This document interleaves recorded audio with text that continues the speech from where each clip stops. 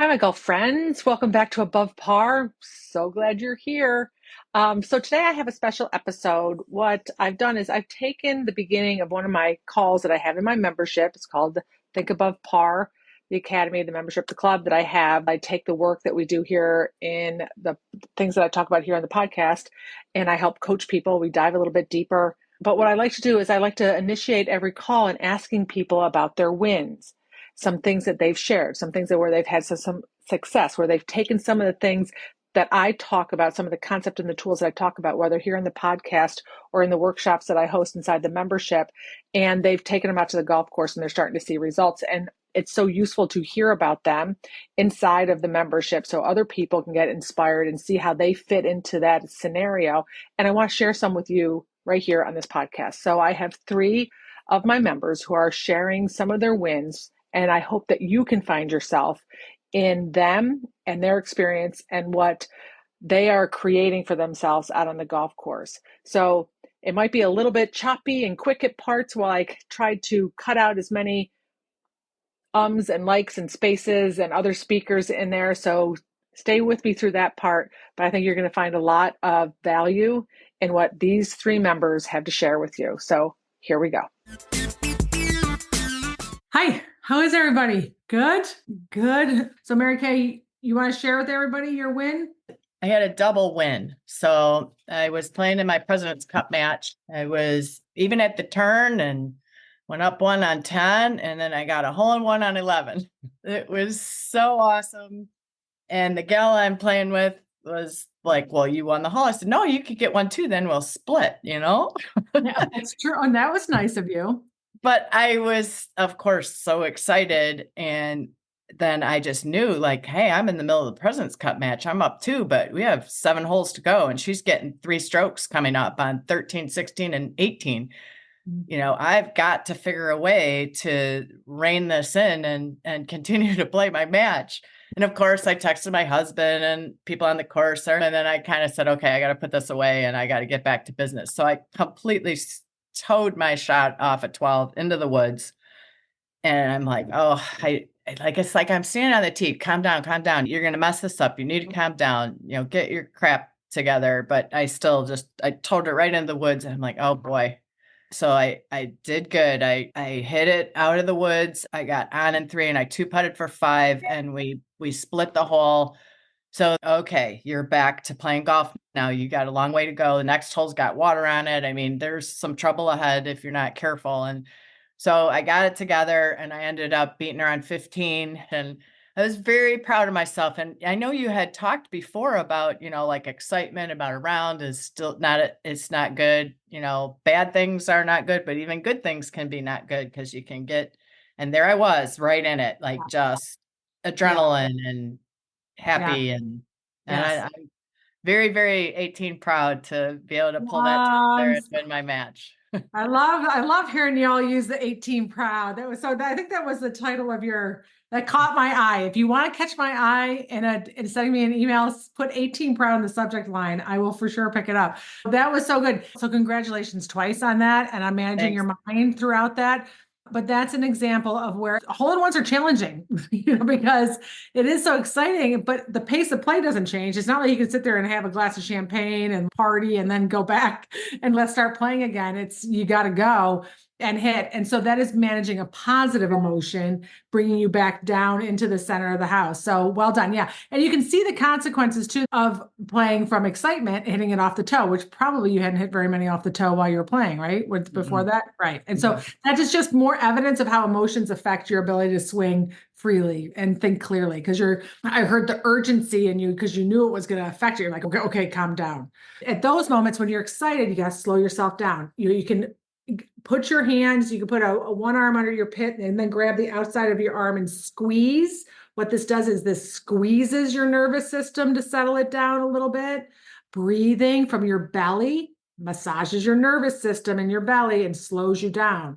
People talk about breathing. I'm like, yeah, breathing. But breathing can slow your nervous system down when you need it to, and it can bring you back up to your prefrontal cortex if you focus on your breathing. So that's what we experience.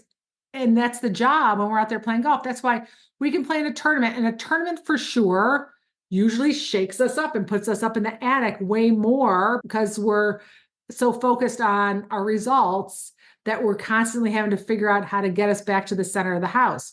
And if you go through a round of golf and you're going like this and this and this and this up and down, okay, you got to do it as many times as you got to do it. There's nothing wrong. That's it.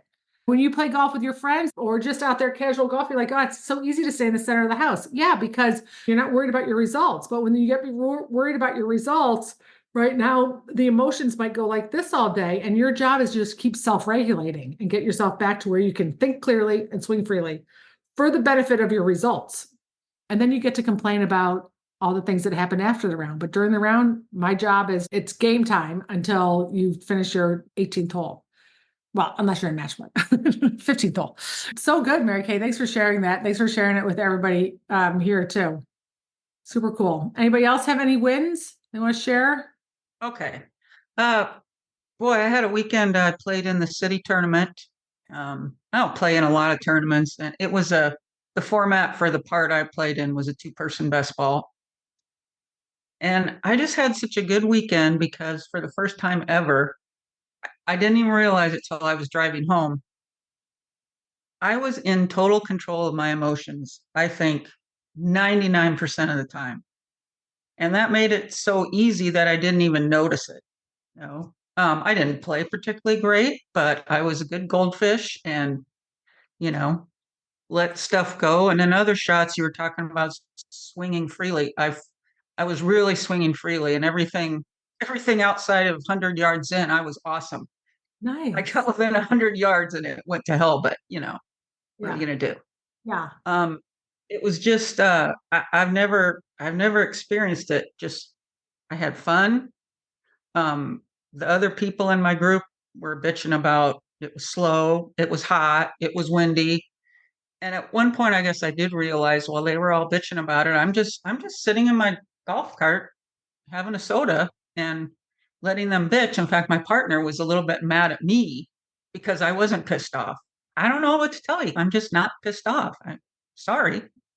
Yeah. I like saying I choose not to be pissed. I like saying that to Yeah. people. With partnerships, I Mhm. choose not to be. It's showing those other people too that you have a choice. So you had a choice over how you got to be in that experience. But all the things right there were about the things you can't control. So they were complaining about things you can't control. So they're suffering unnecessarily. You're like, I choose not to suffer unnecessarily right now. Right. And they'll be like, wait, what? Who are you? Where'd you learn that? And anybody who knows me, they know I'm not adverse to throwing out a couple F bombs here and there and getting frustrated with myself, but I just wasn't. And I don't even know that it was so much a conscious decision not to be pissed at least this past weekend, as I just wasn't pissed. You just mentioned being focused on the results. I wasn't focused on the results. So it was So amazing what do you just how attribute free that my to? swing was. Yeah. What do you attribute that to? Well, the stuff I've learned from you, Mhm. obviously, Yeah, I always wasn't listen looking for to a it. pat on the back. That's sorry. I But I'm know. just saying, I like, know. what? Oh, that's where it is. A lot of the things you say are things we should know, but we don't know. I mean, we know them, but we just don't put them into action. And it's one thing to say you shouldn't get pissed off on the golf course, but that's not what you're saying. It's more about Right. just being in control. And hey, I'm probably gonna get upset from here on sometimes, but at least I know I can pull it back in. Yeah. I never got in the attic. I never got in the basement of your example there. There's a calmness to you on being able to manage your mind, like a certainty in it. It's not out of your control. You've surrendered to the fact that I have more agency and control over my game than I think, and I'm making choices right at that point. It's once you get it, like once you have the epiphany that I'm in control of my experience at any given moment in time, then there's a peace. That's what it was. I figured out at one point, I was calm, certain, and confident over most of the time. Like I said, my putting was just, when you start off putting badly, then I just was tentative. But I knew that's what was happening. And I just, finally you just decide I'm just going to have to limit the damage. Just try to get 2 putts, Yeah. just try. Yeah. And no, I just felt good almost all the Yeah. Thank time. you for sharing that, because the other thing too that I heard in what you said was that peace wasn't dependent with EACE wasn't dependent on you playing well. Like sometimes we just don't play well. It's also having that grace for yourself. If you can put yourself into a place of being calm, certain, or confident, or where you're in that center of the house and your golf still doesn't show up, that's golf. It's just not my day today. Today, I can't chew gum and walk today. That's just part of life. It's like tomorrow will be another day. That was even better because your golf wasn't there. So you weren't trying to backhand yourself. You weren't shaming yourself. You weren't trying too hard. You weren't beating yourself up. Yeah. Kudos. That was awesome. Yeah. Great. Yeah. Well, thank you. Yeah. Thanks for sharing that. Did you have something?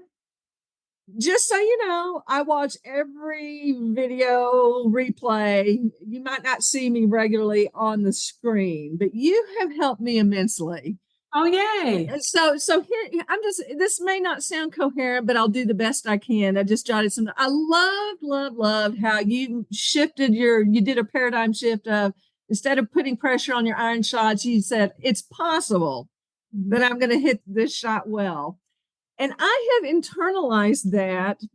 And when I hit a bad shot, I laugh at myself and I go, well, that's why you're a 1.9 handicap and not scratch.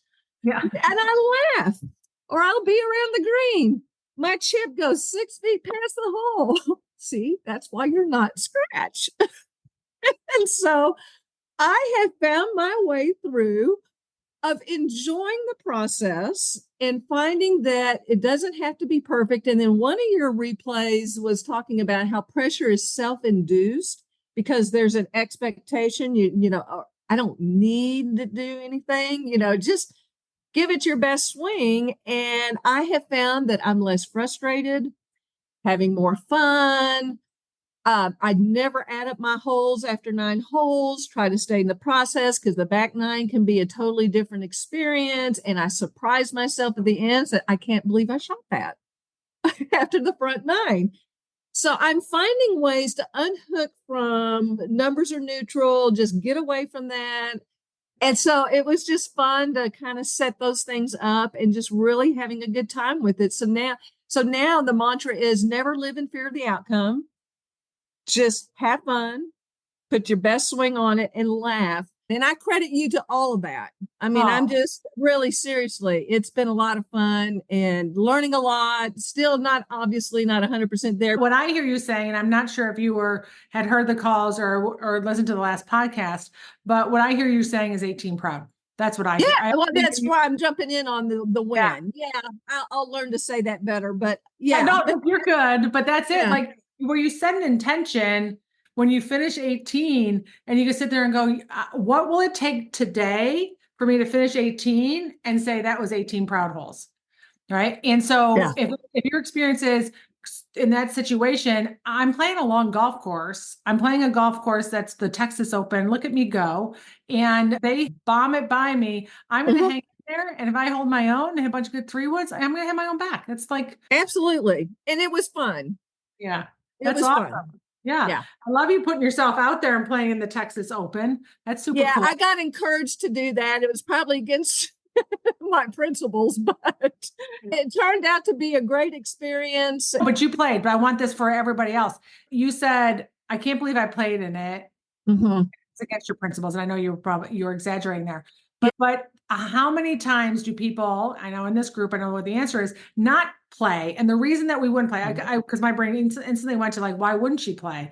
And the reason we wouldn't play is because of the results that we would create and how we'd feel if we didn't fare so well with all these younger girls and these long courses. And so we go and we try and avoid, you play. I'm just saying we go because we're trying to avoid an emotion. So the reason play is to avoid an emotion versus when you're in a position like this, where I'm going to go out there and have this experience and I want to have the experience and I'm going to have my own back, regardless of how I shoot, then why the hell wouldn't you do it? Right. Right. Yeah, exactly.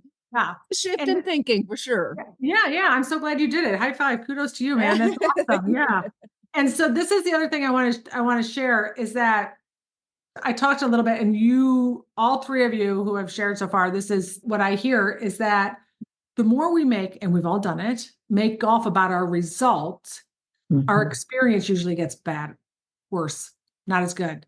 And when we make our experience the goal and the objective, the better my experience is on the golf course, the better my results get.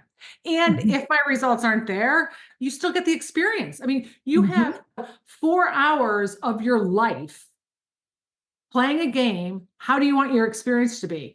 And if we're all dependent on a number that I get to post, which as I get to experience that feeling, which will last 10 minutes, right?